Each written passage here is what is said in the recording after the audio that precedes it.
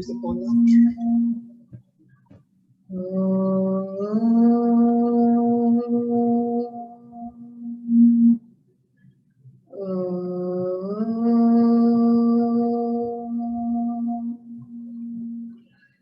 Vakratunda Mahakaya Surya Koti Samaprabha Nirvignam Guru Me Deva Sarvakarye Sarvada Om Sai Ishwaraya Vidmahe Satyadevaya Dhimahi Dhanna Sarva Prachodayat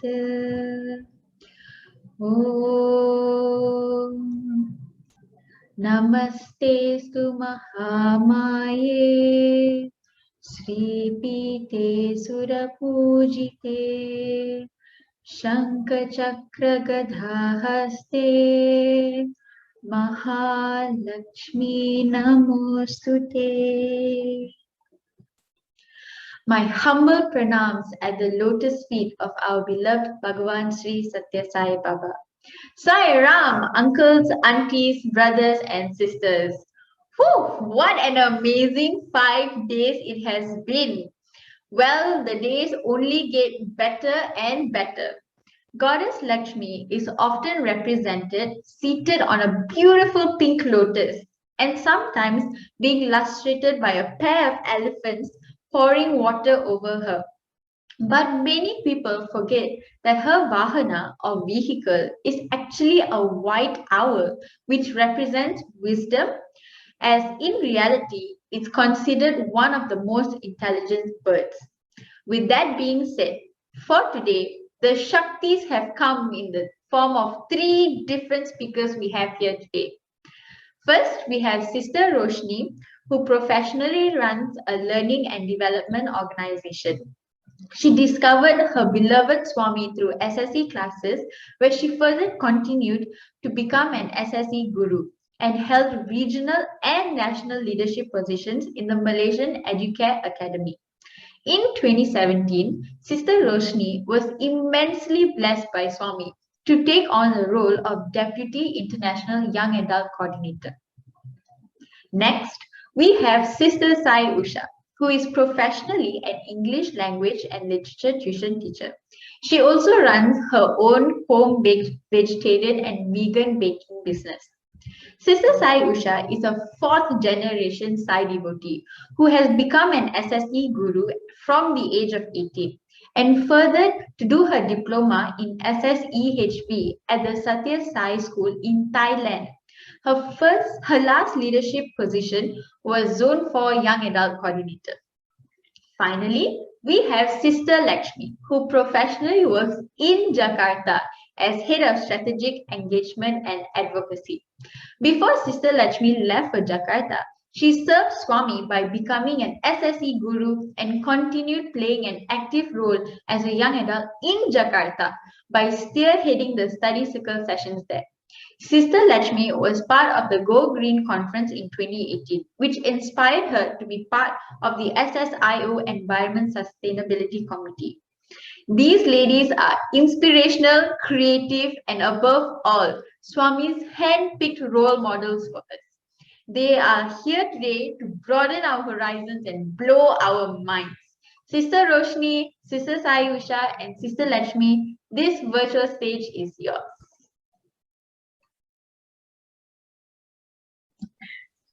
Sai Ram.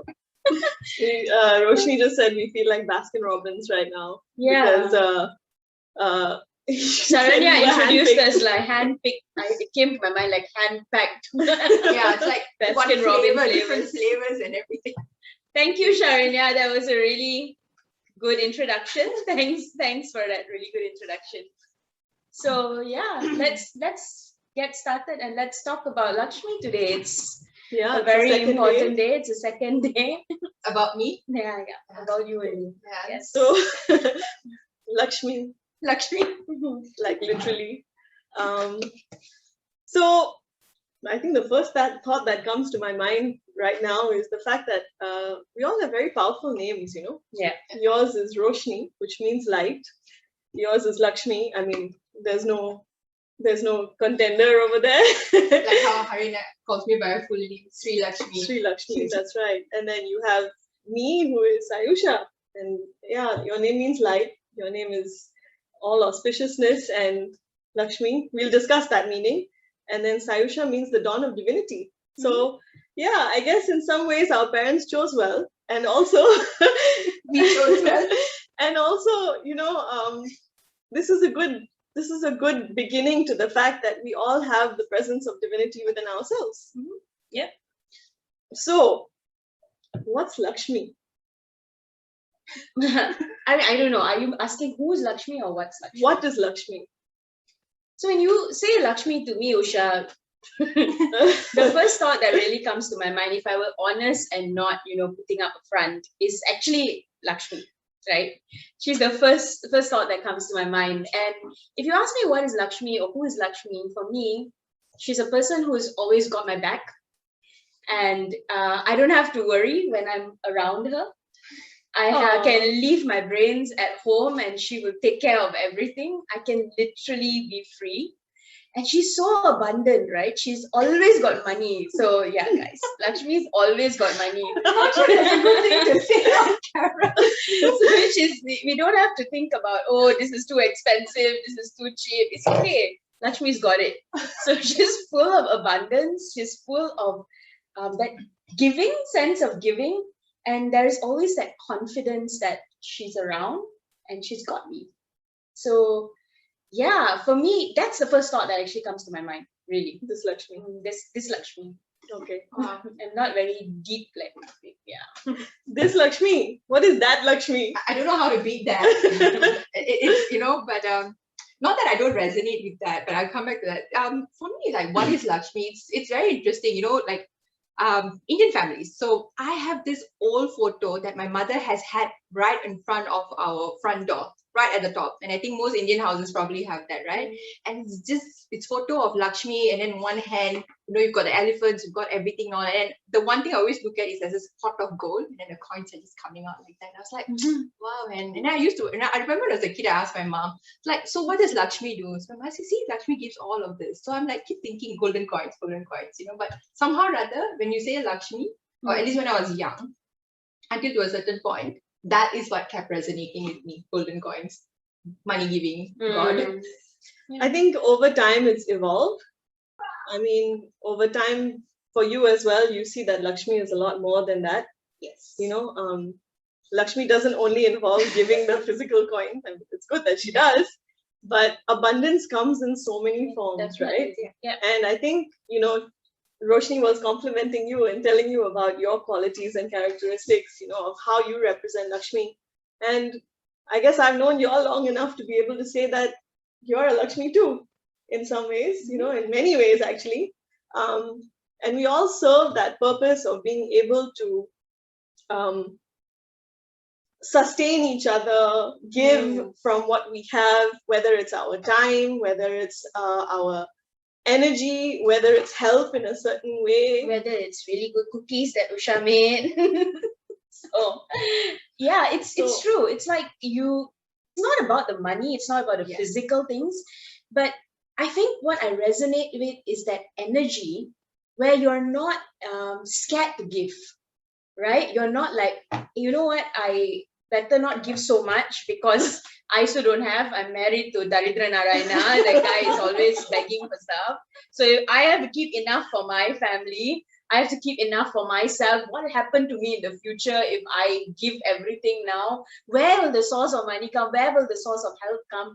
That thought process where you're constantly operating from a space of lack. And that shift to a thought process where you're constantly operating from a space of abundance, where there's no fear that, you know what, Swami's got my back. I don't have to worry about, how I'm going to live, because that abundance is something that I'm never going to lose. That's awesome. If I can share a story here, like, because we're talking about abundance and giving, right? I mean, I don't come from a Sai family, so to say, right? So only I came to Swami when I was like, many years ago. So growing up, talking about giving fear and everything, I actually grew up, my father was the sole breadwinner. So we have a huge family. So you grew up in a stage where your parents or my mother, being the whole housewife, she used to tell that we don't have enough money, we don't have enough money, we don't have enough money. So you grew up with that mentality. And then it reached the point when we all started working. And we started telling my mom, you don't have to say there's not enough money anymore. We have enough. But you see, we were already operating from a place of abundance, right? But the thing is, your mentality is at a place where it's going, we are lacking still, because there's so much more, that fear that you spoke about, we keep operating from that level. But I think over time that has also changed, but I don't know how I changed. I'll be very honest. I don't know how my mind shifted. But I think I've always operated with like, if I have 10 cents, I'll work with 10 cents. If I have 10 ringgit, I'll work from 10 ringgit. I think for me, it really changed, honestly, when I watched Usha. I remember the first time that we met in Party, not even the first time, we met before that, but when we actually became friends, it was this one trip that we were in Party together, all three of us. And we were headed to Kulwant Hall, and Usha was all dressed up. She was wearing this nice scrunchie that looked like flowers because she hates Maligapu. And then the big white the one. big white ones. Right. And she's walking, and one of the girls came up to her and said, do you have a scrunchie? Do you have an extra scrunchie? Because I haven't tied my hair. And Usha just took off that scrunchie from me. She didn't have another one. She just took it off and she gave it to that girl.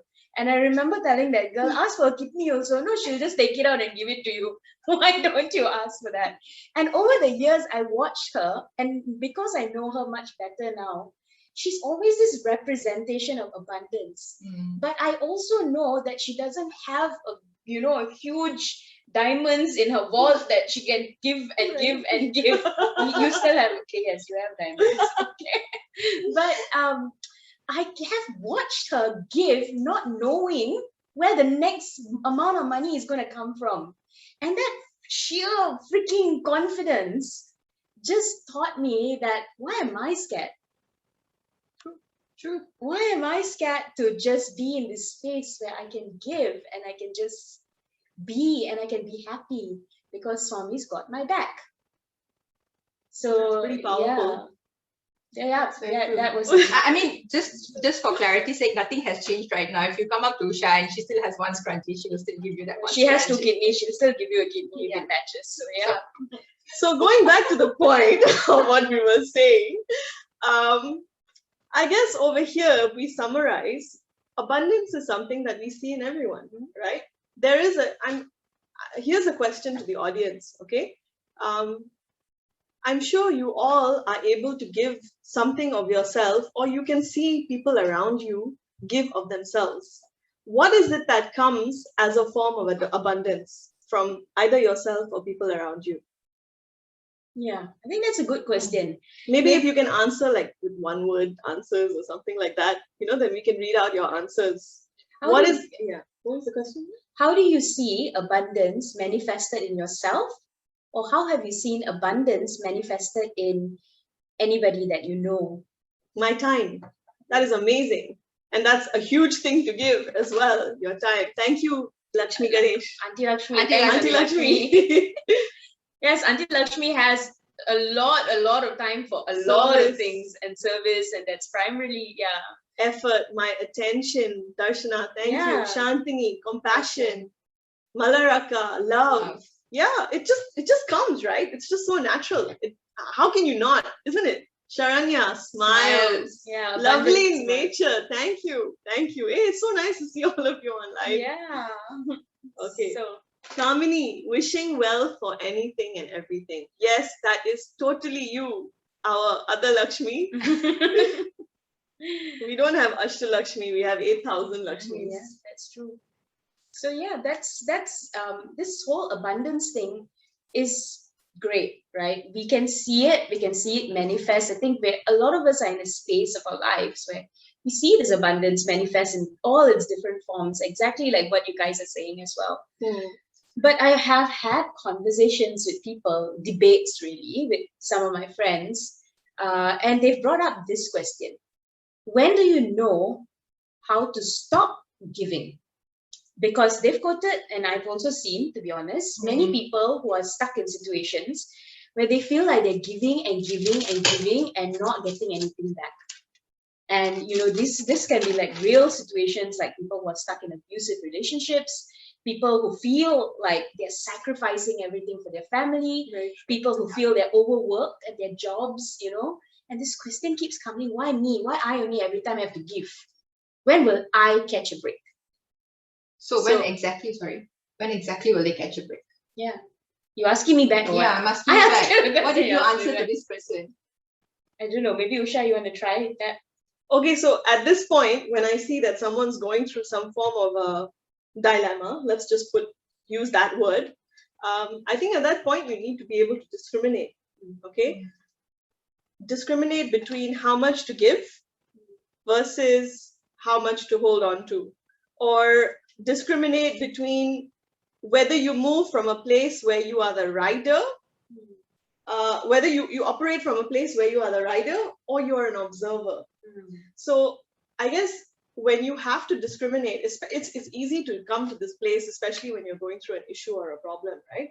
So when you're in that problem, for me, what I choose to do most of the time is just stop.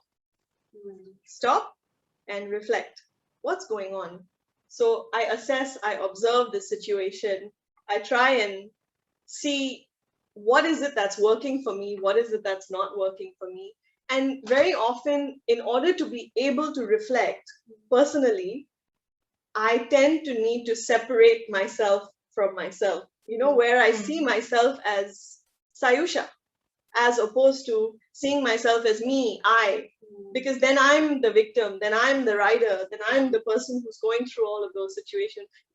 Does that make sense? Yeah. I think when you are saying this, it reminds me of a situation that happened to me just 3 days ago. Right? So my dad's not been feeling really well, and so we've had to take him to the hospital and for his treatments and appointments and stuff like that. And you know how government hospitals are. It's like you go at 7:30. Remember the other day we were there, and then you're done at like 3 o'clock in the evening. And so I've been taking my dad for all his appointments, and it's been a monthly affair. And when we come back from the hospital, we're so tired and you're so super drained because, the energy around the hospital is also like that, right? So I come back home the other day, 3 days ago, from the hospital with my dad, and I'm so hungry. We haven't eaten anything from morning. And I get back home and the house is so dirty. I mean, it's dirty in my eyes. I honestly think it's not really dirty, but I'm starting to develop this real OCD-ness in life where I need everything to be perfectly at its place at all times. I just can't, So I come back, I'm tired, I eat, and in my mind, right, I'm telling myself, nobody can do this also.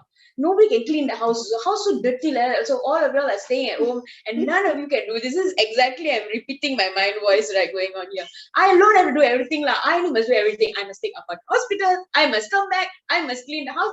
Doesn't anyone think that I need to work? My family is watching. So I was having this thing going on in my mind. And yet, with that victim mentality, I still mop the house.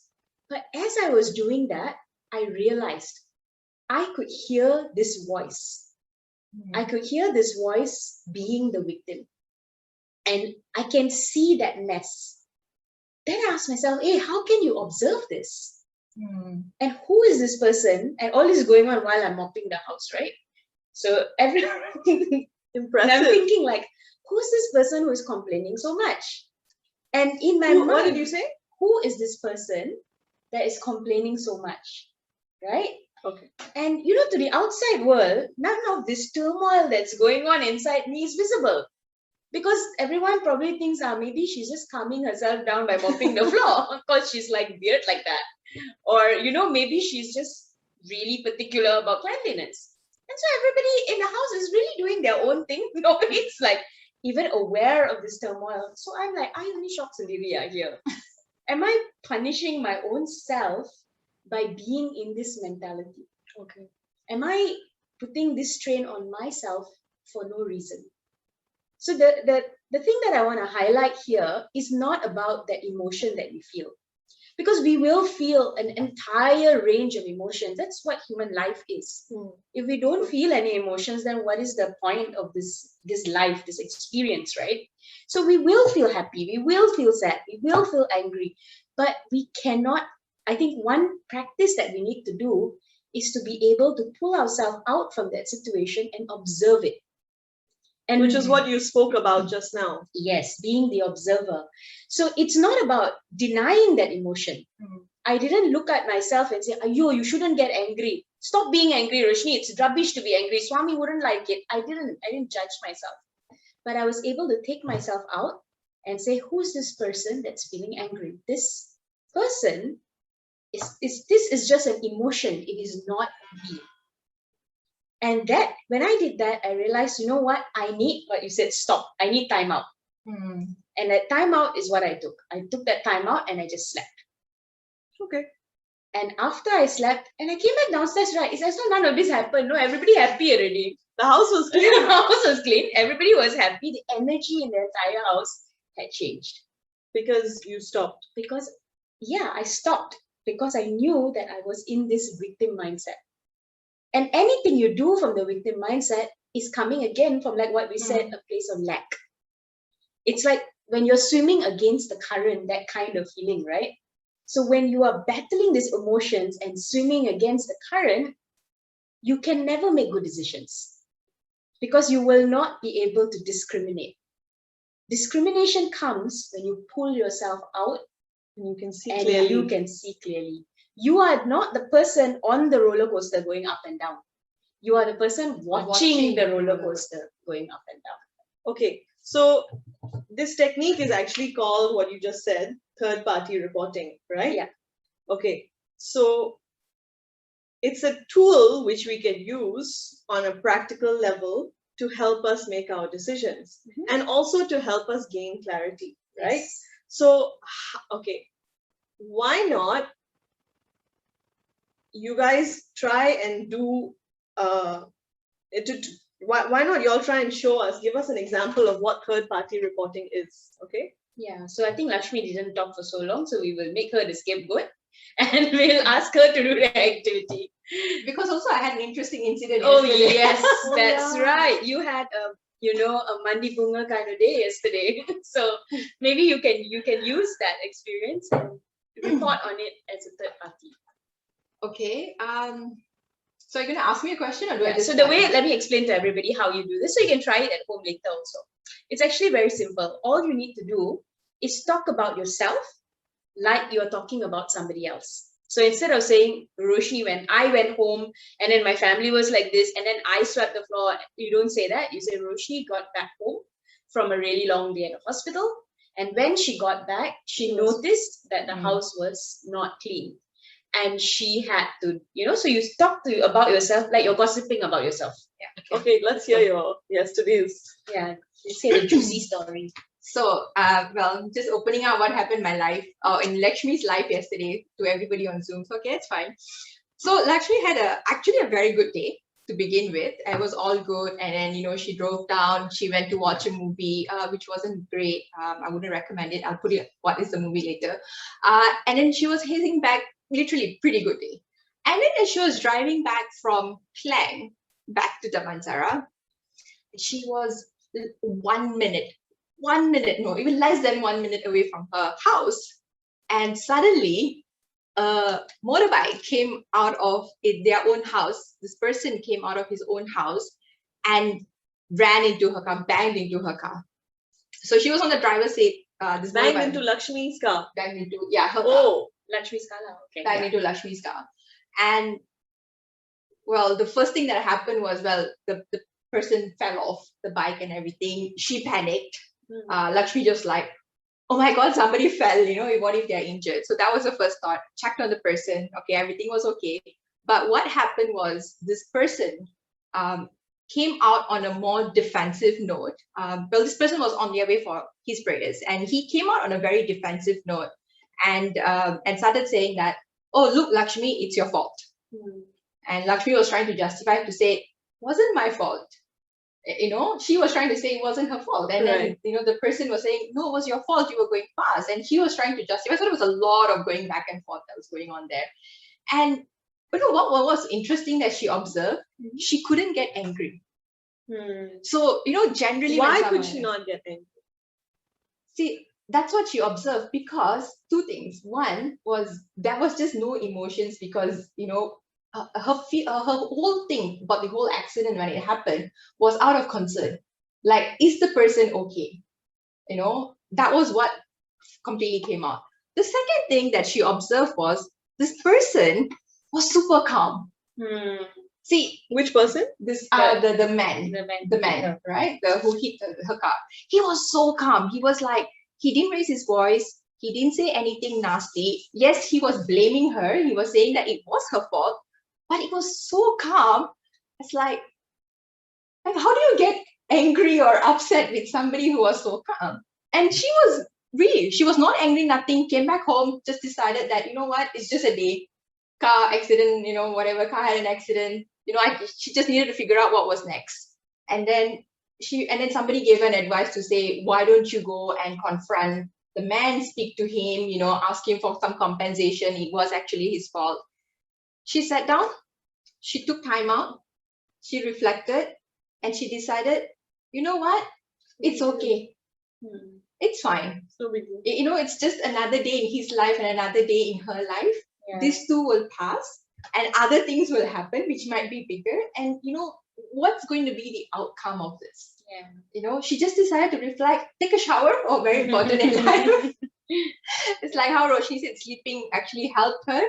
Taking a shower and sleeping is actually very important things I've noticed in life. Yeah. That actually Bathroom helped. brings clarity. Water brings clarity, Water, I actually yeah. believe. And that was it. And that's it. No action taken, nothing. Today the car went to repair and she's got no attachment, no emotions. She's not upset. She's not sitting on whining. She's perfectly okay. So we can see that you, Lakshmi, have had a lot of practice with third-party reporting because she did it naturally. So I think one thing that we've learned is the more and more that you practice doing this, you're able to see yourself and you separate yourself from the emotion. Because making decisions when you're emotional is not the smartest thing to do. Correct. I agree. And so when you can hear that voice, which is so clear in your head as to whether you give of yourself at that point or you stick to your guns, whether you make a sacrifice for the greater good or you choose to stay resolute to your beliefs and your rightness at that point in time. I think at that point, discrimination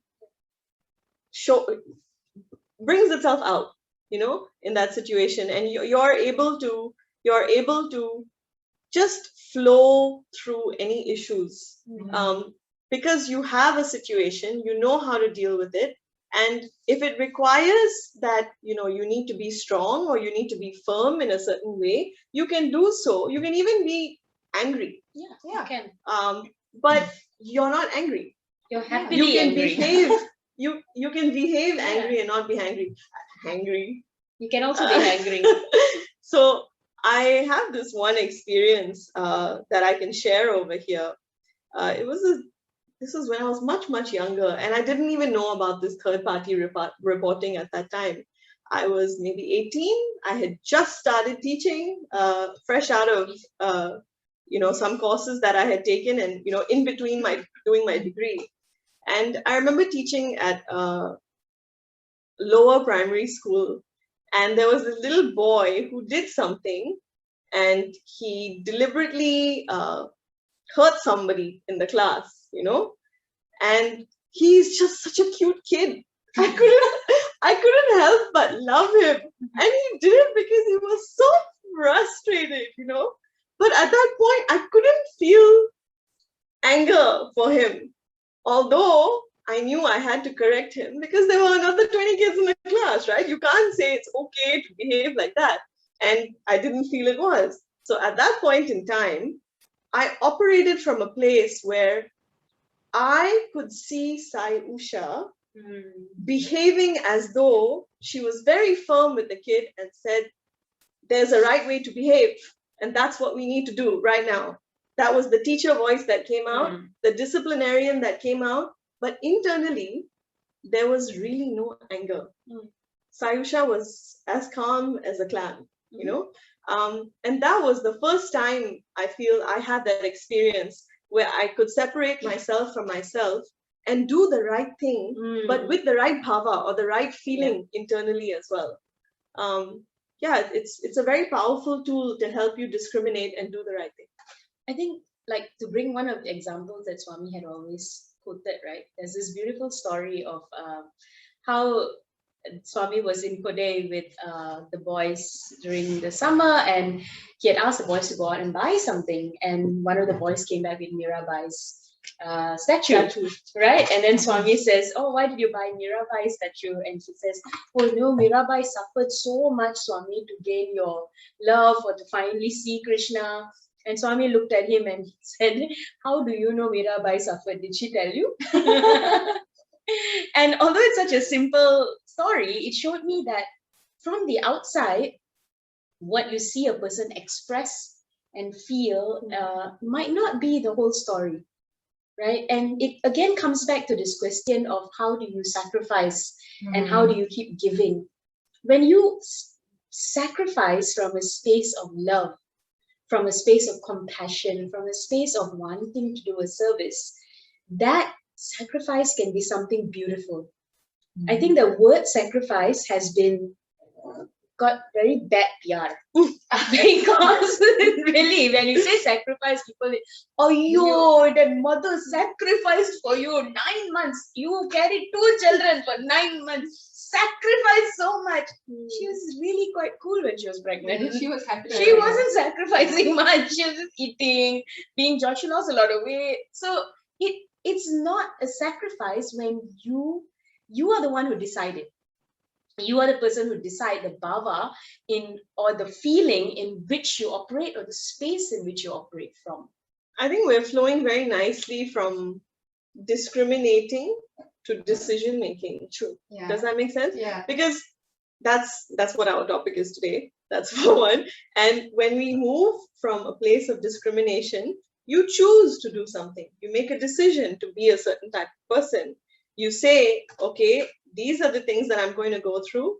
These are the things that I will realize that may affect me, but I will keep calm in those situations. It's not like you don't have problems. Problems happen all the time. Every day. Every day. But you can choose your response to them. You can choose where you put your attention. Yeah. I mean, nobody knew COVID was going to change our life for 2 years. Yeah.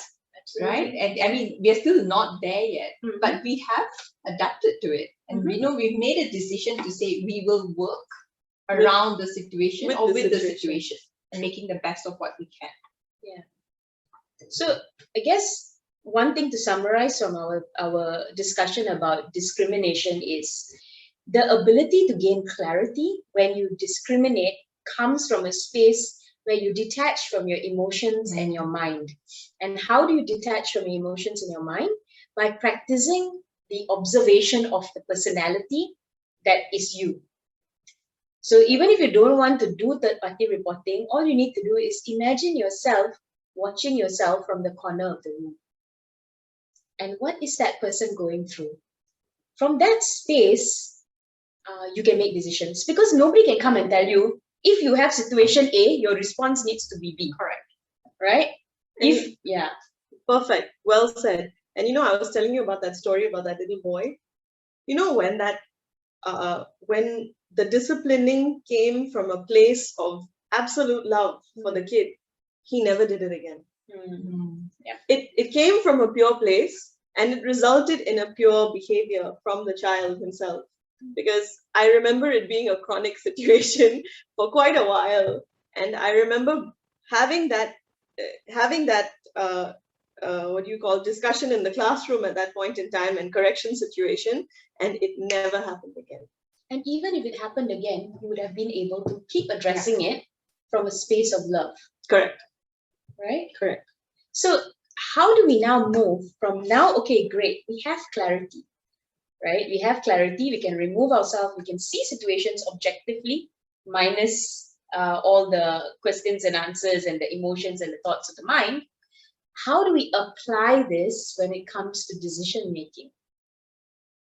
Because whatever decision we make needs to be a decision of righteousness, right? It needs to be something that's, Lakshmi is a person who takes action.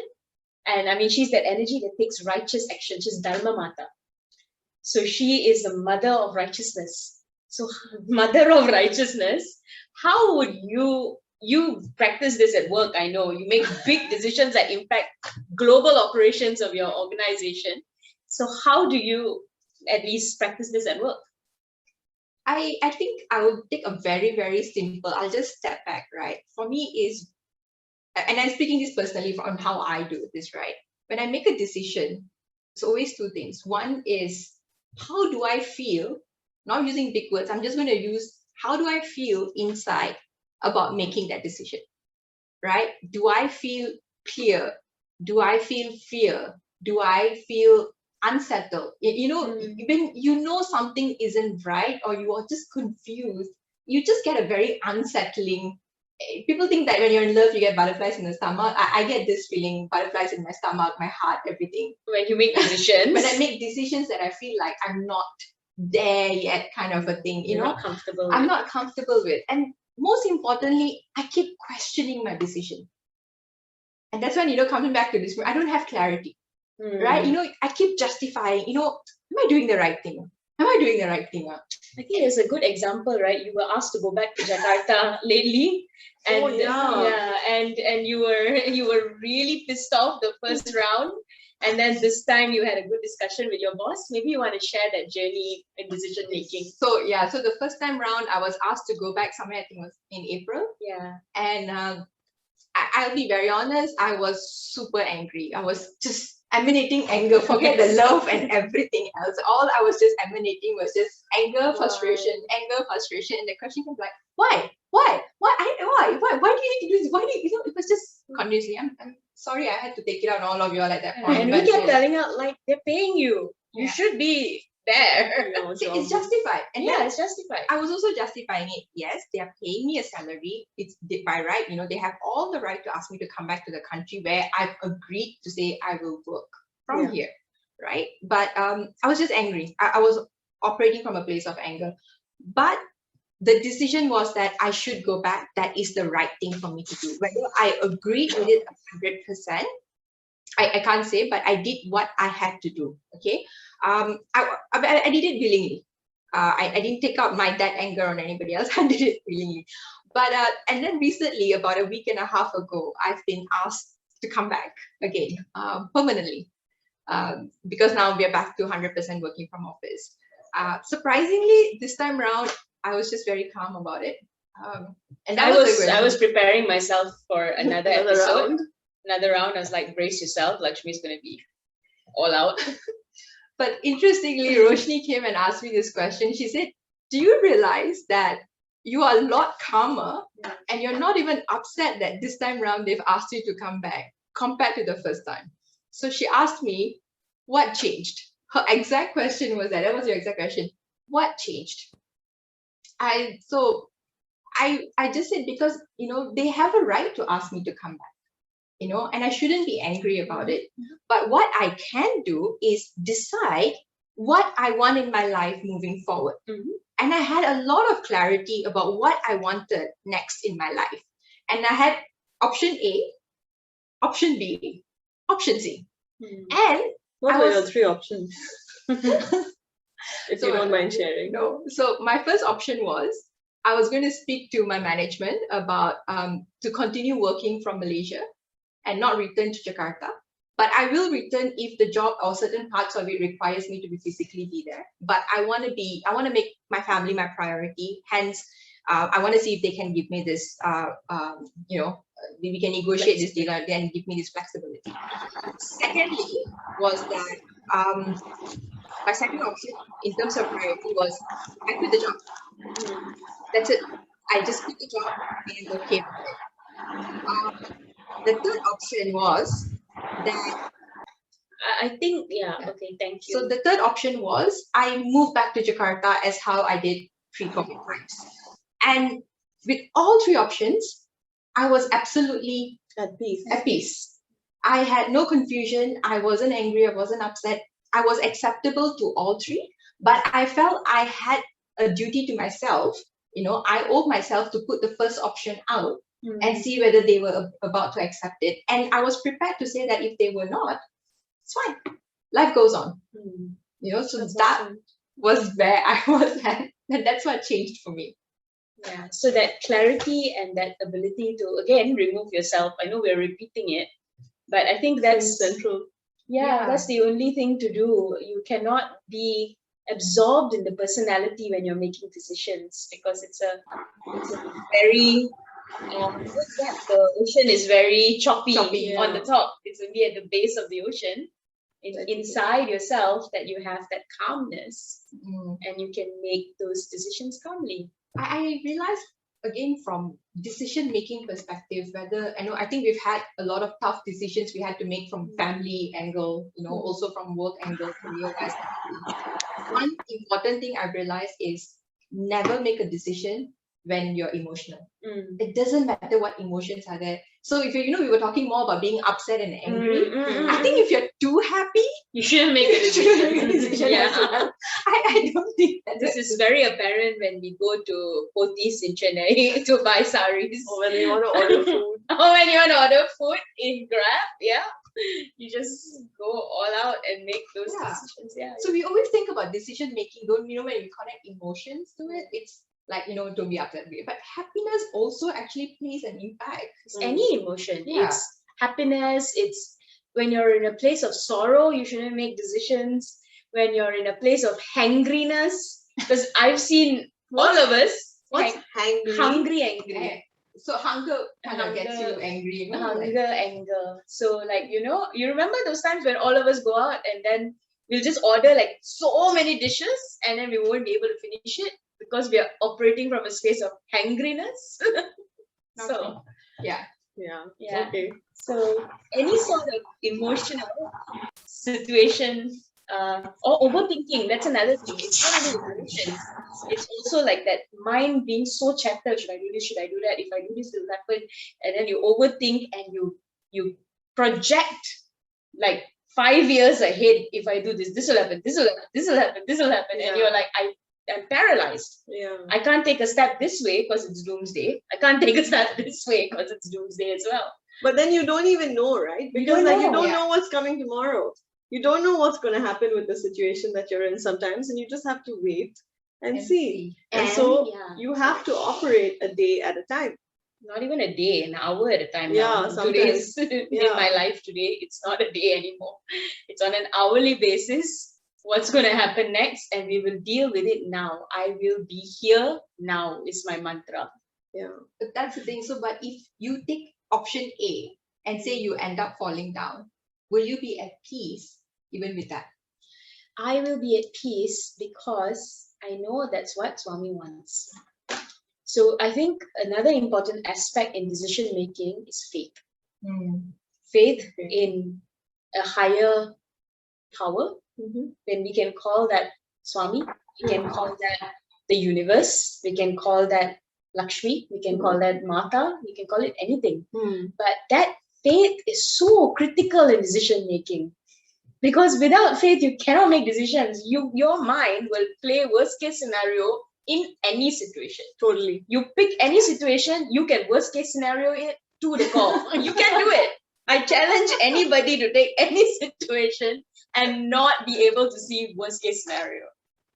So so any situation you take, right? Even I eat this cookie. I keep eating. If I eat this cookie now, right, I will just keep eating it because it's so freaking delicious. And then I'll eat and then I'll become fat. If I become fat, then after that I'll have back problem. If I have back problem, I might become like bedridden and then I die. Everything will end up like that. It all end up in a fatalistic way. So Kamini says, being over-conscious of everything. Sometimes you're just over-conscious of everything and you overthink everything. And then, it's definitely a thing to think about. The only circuit breaker here is faith. right? Like people talk about pre-wedding jitters, or jitters before you're starting a new startup, or jitters before you take a new job. We all get nervous. Yeah. But knowing that that nervousness is just a play of the mind, and that Swami's got my back. Oh my God, that keeps coming back, right? Right? And Swami's got your back. Yeah, Swami's got my back. I will be taken care of in the worst of situation. Swami still got my backs. I think we started even the first with Lakshmi. Lakshmi's got your back, and now we've got Swami's got your back. And Yeah. I think that's the theme for today instead, actually. Okay. Who's got your back? Yeah, it is. It is. Who's got it? I think Swami's definitely got our back all the time. I think from my own experience as well, today I was just thinking about it, I mean, if you have to think, okay, this is a question for everybody, okay? If you have to think about the idea of who's always going to be there for you, who will take a bullet for you, who will stand by you no matter what happens. Can you think of that one person? Who would that person be for you? Yeah. And it doesn't need to, your answer does not need to be Swami. You don't have to be politically correct. I think it's a safe space.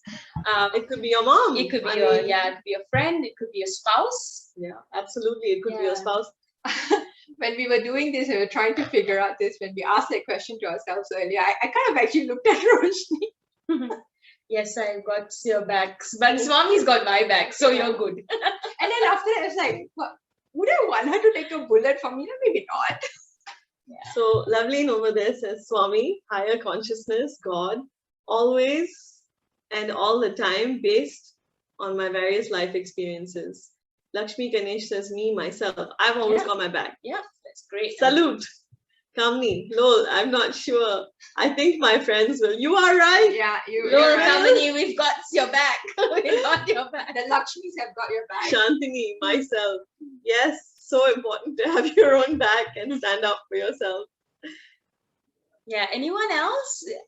If you think of the one person that is able to be there for you all the time, and who constantly has got your back, who would that person be?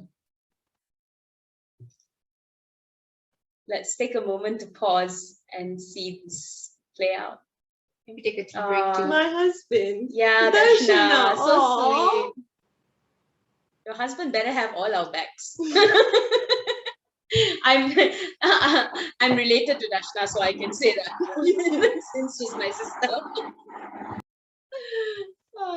So that's nice. That's great. I think He does. I know he does. My mummy. Yes. My mom and my brothers. I can't see who said that. Okay. I think for me, Yashwini says my mummy. Yeah. Yashwini, I've got your back too, When you message me like really late at night, I've got your back. So yeah, I think that's great. From let me just move that Raki. Raki. Yep. So I mean, it's very important to know that, when you're doing what you need to do, going through your life, making your decisions, that somebody is going to be there for you to fall back on. And that person, it's important for you to know that you have that safety net with you, that helps you make your decisions and be confident that once you've done that, you'll be able to keep going and operate. That's so important. I remember when I first started my company, I told my dad, I'm going to quit my job and you better have got my back. You told your dad? Yeah, I might come back home without a job, without anything, and I'm just warning you that this might happen. Fortunately, it's been 10 years now and I've not had to do that, but knowing that my father was my safety net was so important for me to be able to propel myself forward. So I think what I'm saying is that it's not just Swami, but Swami in the form of many people. Very true. Right. So Darshana says, but ultimately it's Swami really. Yeah. Nice. I'm going to share that with you as well. Yeah. So Crystal says, myself and Swami. Swami is within me, so Swami and me. Yeah, very true. That's beautifully very true. That's true. So I was thinking of this as well. I was like, who would take a bullet for me, And initially I thought, yeah, my mom definitely would, but my mom has physically left this plane. So I know she would take a bullet for me, even in the astral world. But still, who would take a bullet for me? Then I thought, Hari, my husband. I was like, and and it's a safety net. I know I have so much of a safety net around me. But when I look beyond at the fact that I have this safety net around me, and therefore I'm able to do what I'm able to do, who is propelling me to do all of these things? Say, I want to succeed in a certain journey. At the moment, I'm teaching also, I'm baking also. I want to, reach higher goals as a baker. And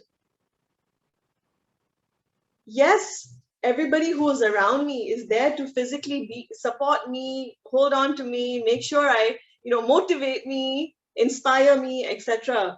But who is that force that's giving me the strength to be able to push forward one step at a time, one step at a time? And for me, that motivation, I can only see Swami. The only one who pushes me to be the best version of myself, that is Swami, for me. And I'm really glad that, in my personal experience, that it's not a physical person, because physical people come and go. Yeah, absolutely.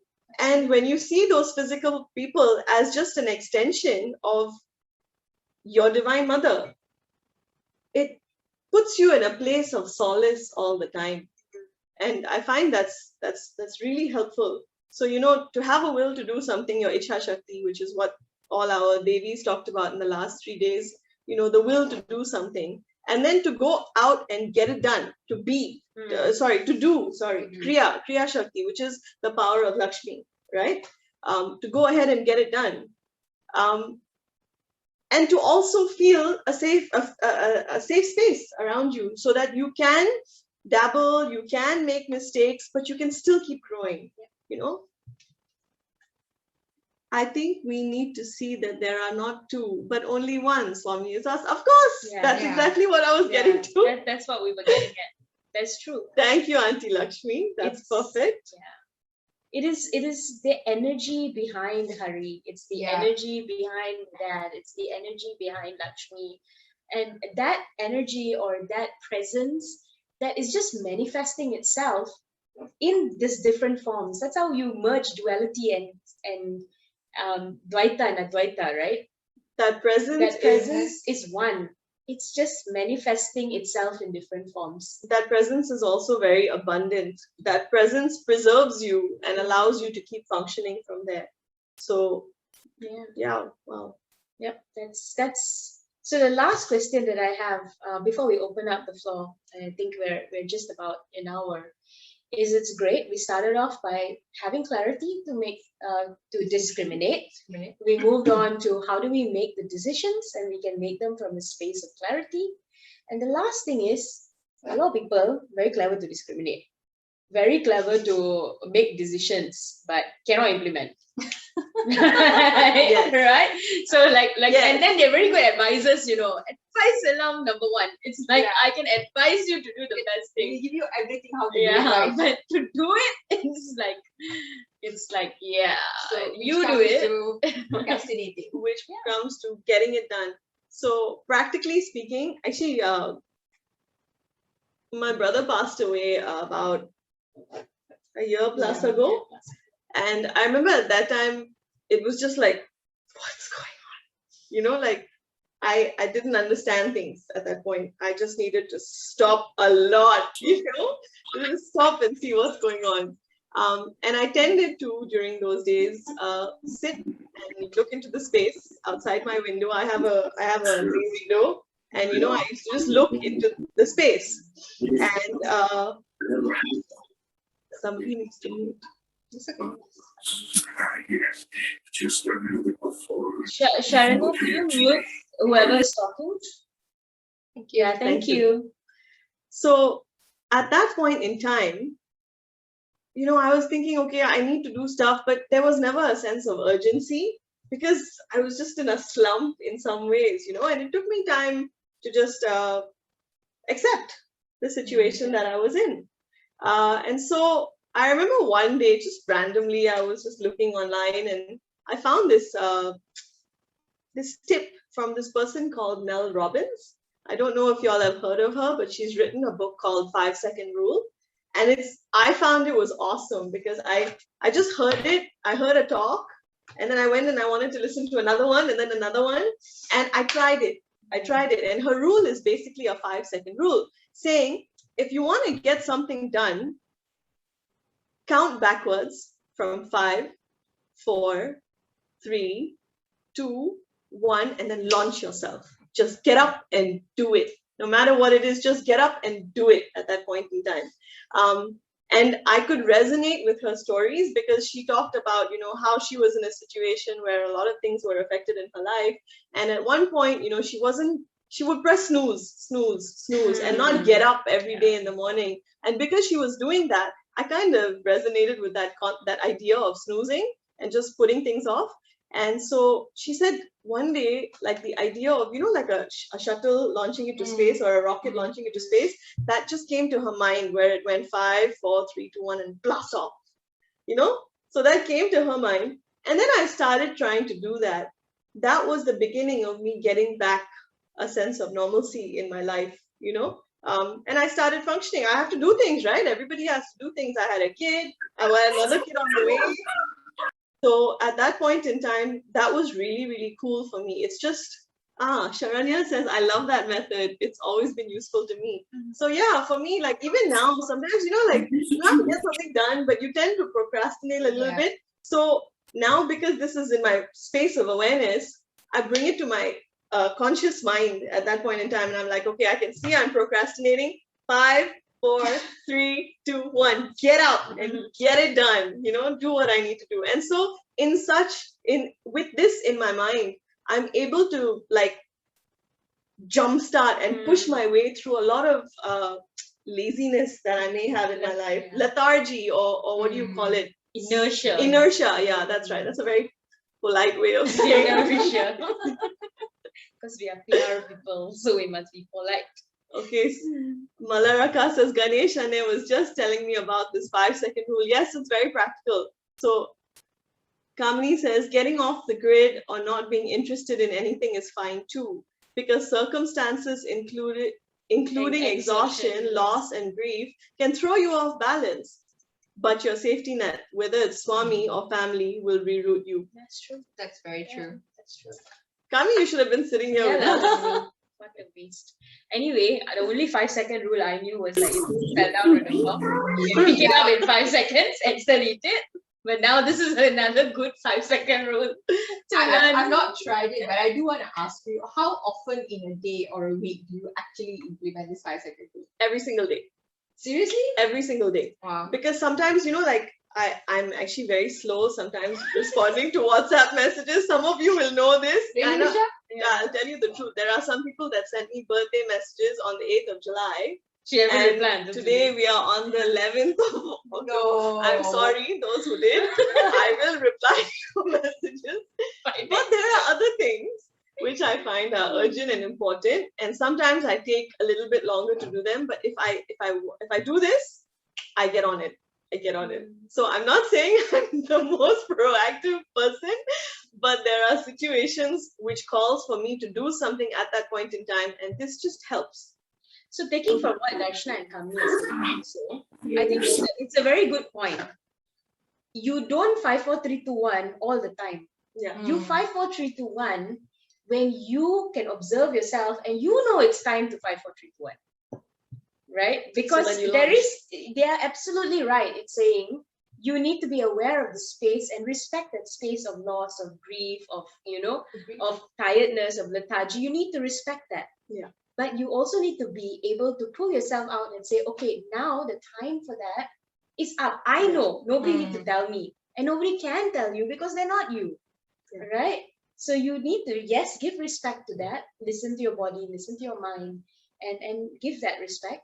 But you also know when it's 5, 4, 3, 2, 1 time. Yeah. When time is right. And you can again, I know we're going back in a loop, but again, can only be done when you are able to pull yourself out. which means again you discriminate when it's time to 5, 4, 3, 2, 1, Yes, when and you it's make a not. decision. It is when- 5, 4, 3, 2, 1 time, and then you implement it. So yeah. Yeah, and I feel sometimes when you're able to do that, when you're able to just act, do what you need to do on a daily basis, it keeps you in the present. You're always in the present. Now, at the moment, with the roles that I play in my life, I'm a baker, I'm a teacher, I'm a mom, I'm a wife, I'm a cleaner, I'm a everything, I'm a driver. So, but you constantly have to be able to do everything you're doing with the right mindset. And to be able to do that, you have to just be present. And there's no, I have to do this again. Like you do it in the presence, you do it in the presence of the present moment. Yes. And when you can do that, you can do things in a space of love or in a space of just being there all the time. You just be. And I feel that's where the Saraswati comes in, Yeah, that's right. That's where the wisdom of this moment, that everything is present in this moment. Who I am is in this moment. How I behave is in this moment now. But that is also sadhana, because it's not easy to get there. Yeah. It's Takes a a lot of It takes a lot of practice. Today Yeah. was not a day for me to stay outside of myself. Today was the day I felt the entire range of emotions in life. And I could see myself facing it, right? And I was only able to pull out maybe in the afternoon. I'm aware, that I'm facing these emotions. I'm like very aware. I'm angry, but I'm not judging myself for that anger. I'm happily angry, if it makes sense. happily I'm angry. happily angry. You are, yeah. I mean, every emotion you feel, you just accept, Acknowledge. accept and acknowledge, Yeah. and you just move on. It's okay if you need to vent, if you need to cry, you Yeah. just need to scream into a pillow. Yeah, It's fine. okay. It's okay. It's okay. Yeah. But then you accept it, and then you move on. Yes. Yeah. And so you don't dwell in it for so long. You come back to the present moment. You come back to the present moment. And that is honestly the greatest sadhana that I have. Like, it's not meditation, it's not namasmarana, it's nothing but being Here present, Yeah. being here and now. And I So- think that kind of sums up. Yeah, let's do a 5, 4, 3, 2, 1 and see if people have questions. Over to you. So 5, 4, 3, 2, 1. Shoot for your questions if you have any. We'll wait for 5 minutes. But then it What better, are we going to do I for mean, 5 minutes? We just eat the cookies that we made. Sai Usha, baker, she mentioned she makes vegan cookies, egg-free. Doing some promo. Do we have any questions, everyone? Well, if we don't, then that's also okay. give it a minute, I think. Yeah, let's give it a minute. See. Or if anyone wanted to share their experience on decision making and discrimination, I think that would be really Feel free, yeah. good to learn for all of us. When we first embarked on this conversation, I remember, we were thinking so macro, like, decision making in a big level. And the decision that we actually made on that day was, what were we going to eat? Yeah. Yes, they were at PJ Baru. And we decided we all want to eat what? Lakshmi's not coming back, Anchal. Stop asking that question. Amazing session. Miss you all in Jakarta, waiting for We all Lakshmi miss you to in come Jakarta. back. I mean, Usha spent quite a long time in Jakarta as well. So, Session. yes. We look forward to seeing you again tomorrow. Exploring motherhood and nourishment by Sipa. And I'm like, oh my god, I'm so excited. Very excited for Can't tomorrow's wait to see session. that. Okay. Miss you all. Come back soon. Oh, Darshana has an Jakarta experience. Yeah. I think sometimes we need to experience the same thing over and over again before we can reach a space of discrimination Yeah, and of wisdom. course. Very true. Sometimes we have to go through the situation repeatedly before we can actually get to that space where you feel, okay, I'm going in a loop. Yeah. How do I Yeah.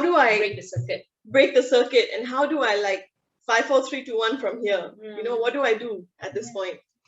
I think it's true for all our experiences.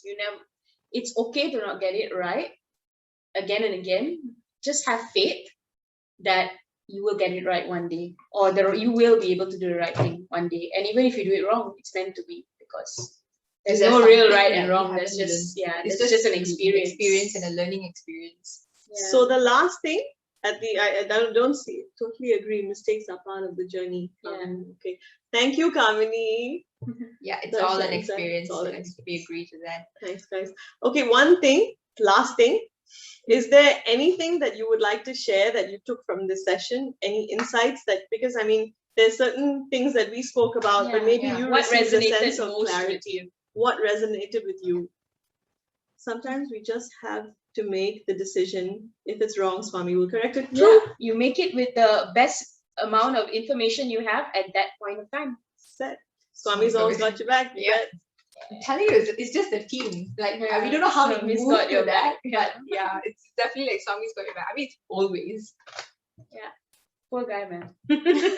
He's No got pressure, everybody's bro. back. He's got everybody's back. Got everybody. He is everybody's back, right? That's back, true. front, side. He's Even he only up, said, down, no. left, right, He inside only you, said- outside you. So he has to have back also. Lah. Yeah, he offered himself, you know. He's always there. So And I guess anyone that's else? everybody. Any sharing that you Sai, have? Sai Ram, everyone. Can I share? Sure. Feel free. You know, on the point on abundance. Is that lovely? Because I recognize the voice. Yes, it is me. Okay, we have a sister from Jakarta who's sharing an experience, just so everybody knows. Thank you. So basically, on the point on abundance, I would like to share something because it reminded me of an incident. So there was once when I was really like very tight that month, tight money. So somehow I felt like I was being limited and I was not being abundant. So what I with whatever money I had, I just took a little bit for myself and I put everything else for seva. Wow. Wow. Yeah. And you will not believe, like, you know, that was really the first time I actually saw abundance flowing into my life with that one. Just by giving whatever for seva and taking just a little bit in spite of me not having enough. And I felt like it just opened up, it just overflowed and things just started flowing into my life that month. Lovely. Thank you so much for sharing this experience. You know, it's like what you just talked about is, despite your situation, you may be in a space of what you call lack in a physical sense, but despite that lack, you can feel a sense of abundance, which is where you give from. And being able to do that, abundance has got your back. Yeah. Yes, thank you so much. I thought I just wanted to share that, and I look forward to seeing all of you. Thank you. Yeah, we look forward to having you here with us. So faster come. Okay, soon. Thank you. Okay. Thank you, everyone. I think that brings us to a close. Thank you so much for all your sharing. I think we've learned as much as you all have through this session. We definitely learned that Swami's got our back today. That's true. And so on that note, Sai Sai Ram. Ram.